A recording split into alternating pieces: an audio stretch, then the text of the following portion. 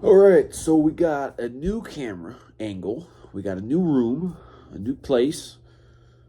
We're gonna do a new video for the first time in probably over a year, I guess. I can't remember the last time I uploaded, but ranking a PlayStation. I've never did a ranking video, but I figured do my own ranking because from my own history of playing games, my almost pretty much my entire life, I've played on a PlayStation at some sort. My first system ever was a Sega Genesis, and I also had a Sega Pico, but I didn't really get too serious in it until like around PS2, PS3, and then but PS1 is a child.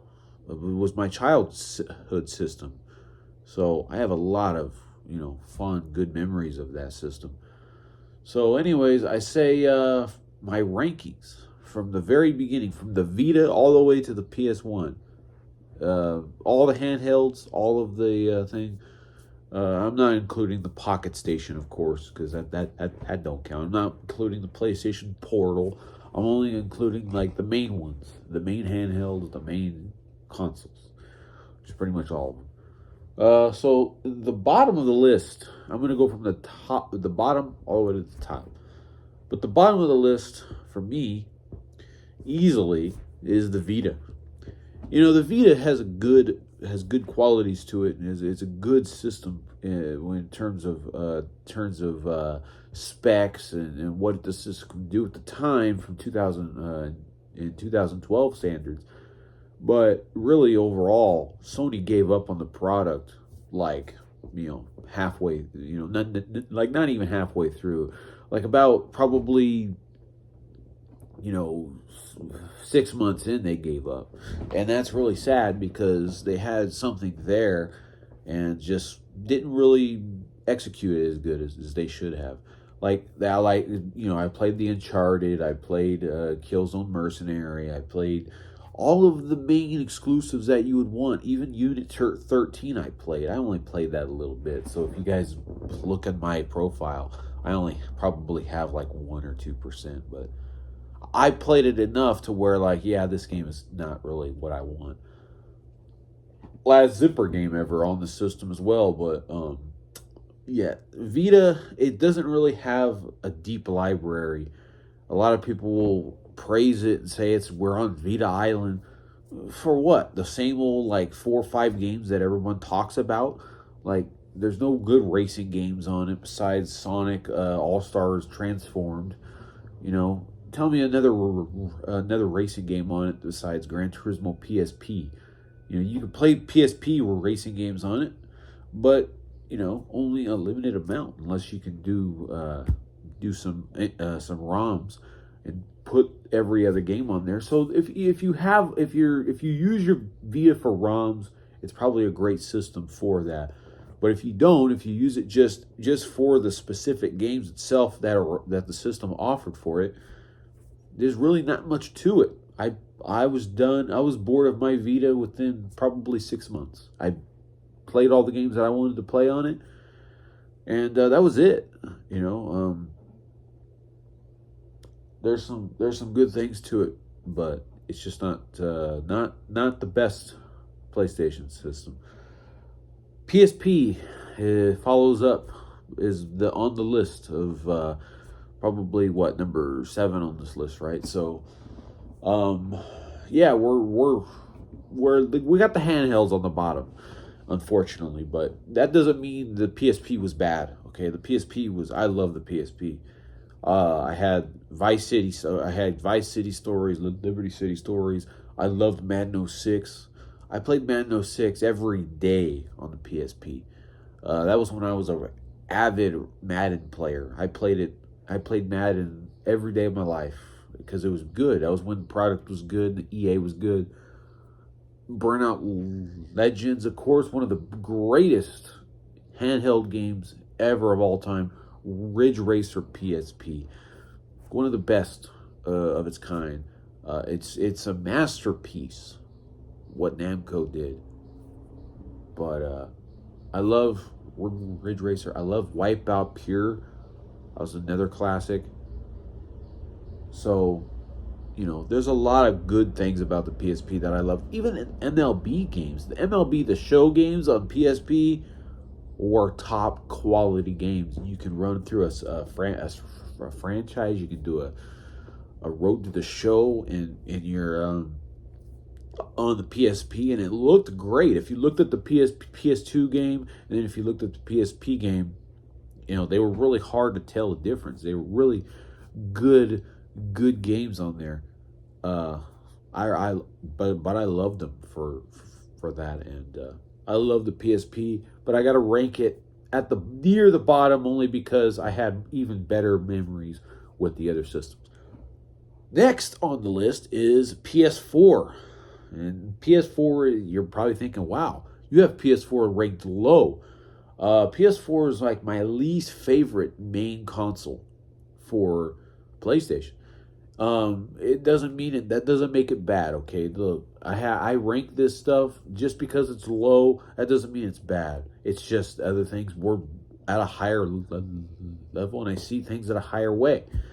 But the PS4 is low just because it was like it was good. It was a really really good system. There's a lot of good. That was when Sony kind of regained focusness. They regained the fans from the PS3, and all the 360 people were coming over to PS4.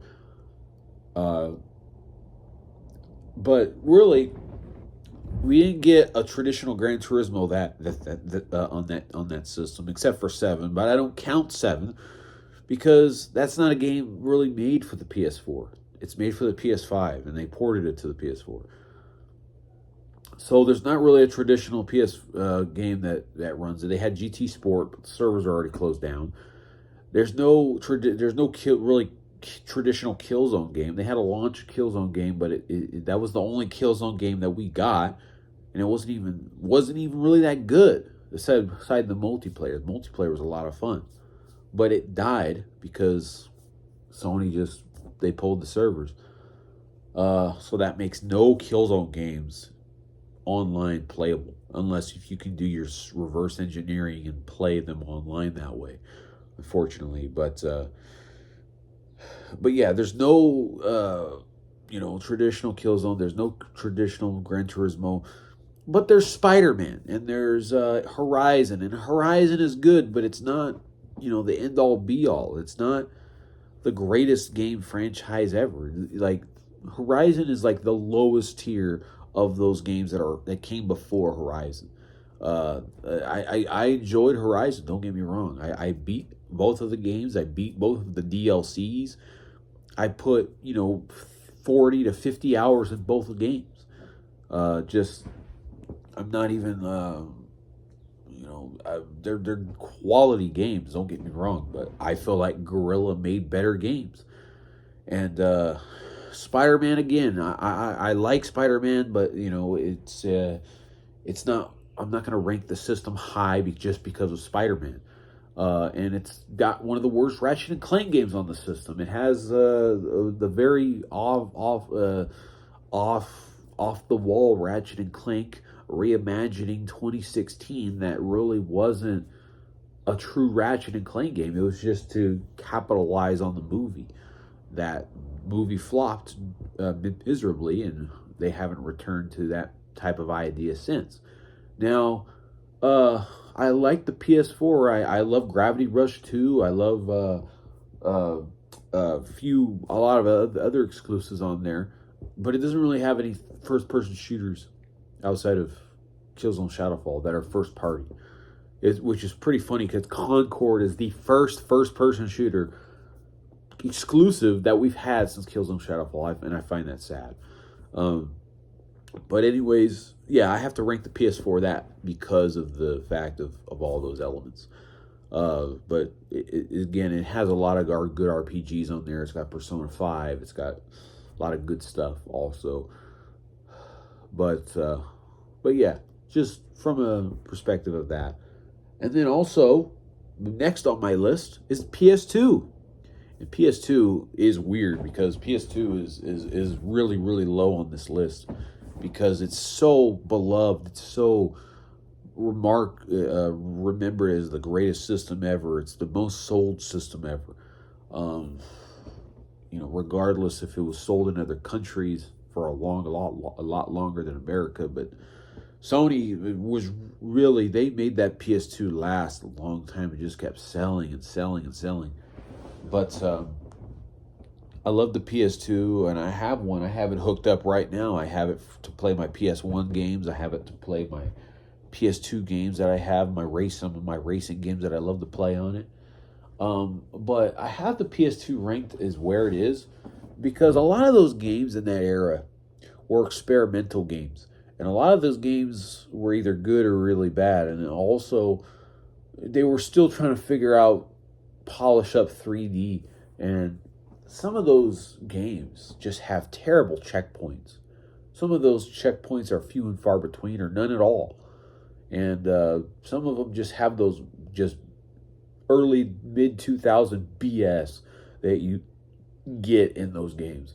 The first person shooters aren't really that great for the system, especially Killzone 1, because the controls are freaking terrible. And some of the image quality, if you play it on a modern TV today, the image quality is not really all that great because the image quality is it makes it really dark and grungy. So you have to have a really good, expensive cable to be able to make it look good. And it's really hard for the PS2 to get it at a presentable look to it, because I have a converter called the pound cable, and that's a more cheaper option.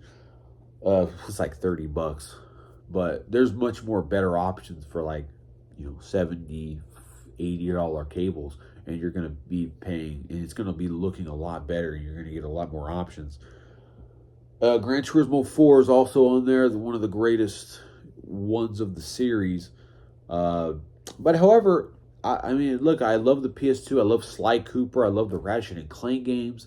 I love all of those games. I love Jack, even though Jack is my least favorite of the three-headed monster. I like some of the RPGs on there too. But I feel comfortable ranking it where it is because of the I have good nostalgia also for those games, for that system. And I like Ridge Racer 5, even though it was a launch title. I like Ridge Racer 5. I like Shocks. I like Max Payne, even though do not play Max Payne on PS2. Do not play the Xbox version. Play the PC version. Don't play it on there. Of course, the GTAs, of course, Madden, all those games. But I could play those games also on Xbox or GameCube or something like that as well. So next on my list is the PS1. No. I take that back. I forgot. I'm missing one system. It's the PS5. PS5 is next. That's where I rank it. I rank it above the PS2. It's third in line. I think I love the PS5. I think the PS5 is a fantastic system, and I rank it above all those systems. And I know you're probably thinking, hey, but why? You just rank the PS4 low, but then you could play but you could play all the PS4 games on there, but you don't even like PS4, even though I do. The reason why I say that is because I could play every PS4 game on this system that I like, and it runs better, it looks better, that's what I like to do, and whatever version I prefer, like Hot Shots, like Everybody's Golf, for example. I could play it on PS5 and it looks and runs better. I could play Gravity Rush 2. It looks and runs better. Even though it's still 30 FPS, it still looks better. It's still a more respectable way to play. The loading screen, the loading times are better. Even God of War 2018, it runs and looks a lot better. And Spider-Man as well. Even though I prefer to play the remaster on PS5 for natively. But even PS5 games itself, Ratchet and Clank Rift Apart, it got finally a traditional Ratchet and Clank game. It has a traditional Gran Turismo game. This is a system that is growing and getting better and better each year. And they had great games this year: Stellar Blade, Rise of the Ronin. They had the Final Fantasy VII Rebirth, Helldivers 2. They had this. PlayStation's had a great year for third-party support. And I probably would imagine that Sony's probably going to buy Shift Up or the Helldivers group so they could lock them up as well. Because I love all those games that came out this year. I thought they were great, except for I didn't play Final Fantasy VII Rebirth just yet, but I plan on playing it eventually. But yeah, PS5 is where are the games? Where are the games? They're there. You just have to find them. There's a lot of cool, fun little niche hidden gems that you can also find on the system as well.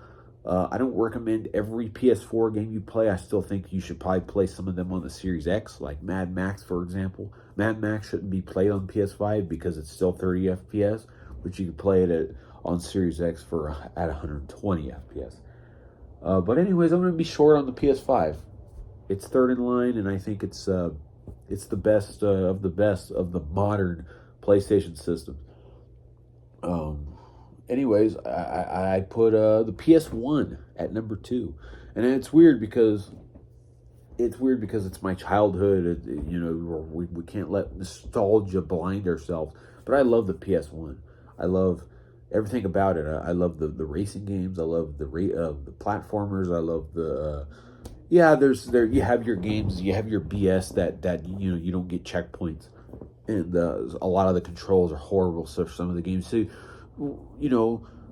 You have to go in it with be smart about your decisions on PS1 games. You just can't be like, oh, let's play this game, and then you're like, oh, it's not that type of system where you can play any game and it'll look and run good. Okay, there's other ways to play certain games, but there's also games to avoid. But that's every system. The PS1 has your Spyro. Okay, it has your Crash. Has Gran Turismo 2 and 1, of course. But it also, has a lot of good RPGs on there, like Suikoden 1 and 2. It has the Final Fantasies. It really started something with... The PS1 really started something with the RPGs, JRPGs. And it started a lot of genres. Metal Gear Solid as well. People love that game.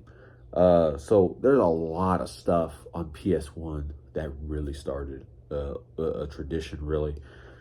And that was really when Sega that was when PlayStation really started to kill Sega, and they really overtook Microsoft Nintendo, and they got tons of momentum going into the next generation and overtook Microsoft and Nintendo for the GameCube, because they earned everybody's respect when they went to the disc, and the rest is history. I love the PS1. I love the games. I love everything about it. The controller, you could say it has its date. It's out of date, but a lot of the games haven't shown their age, but a lot of the games also are just you play it to have fun and then move on. But also a lot of those games you could just play and not take as seriously and stuff like that. But love the PS1. I have it ranked at number 2. Number 1, and I haven't said it yet all video except for at the bottom at the beginning, the PS3. Okay, I love the PS3 so much. It changed my life. The PS3 made me who I am today. I started making videos around this time of the PS3.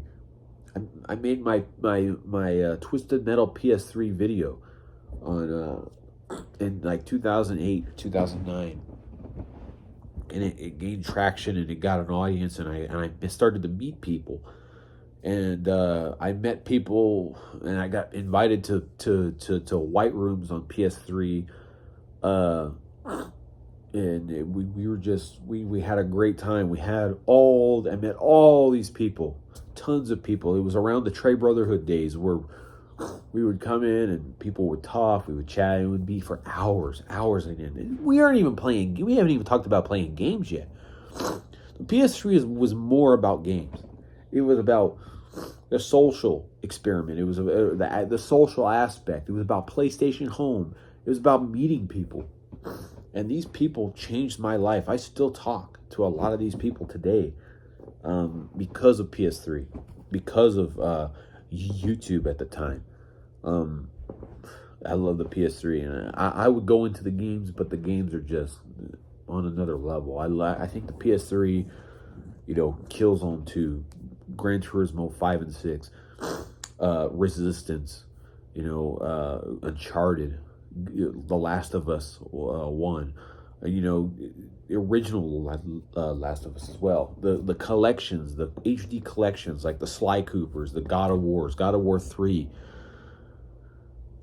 There's so many. Fat Princess. Pain. There's so many games that I love on PS3. It's just it's a shame that to see the PS3 kind of tone down and wind down, and it's almost at the end of its run there. And the day the PS3 store closes will be a sad day, but I will remember it. I will never forget the PS3, and it will always be my favorite PlayStation because I remember that hype around E3 2005. Everybody was making fun of the $599 Ridge Racer. I mean, even that is memorable. The games that you would see, the 8 days ad that you seen, the freaking the graphics, the Fight Night Round 3 where they would punch the boxer and you would see the cheek just flying.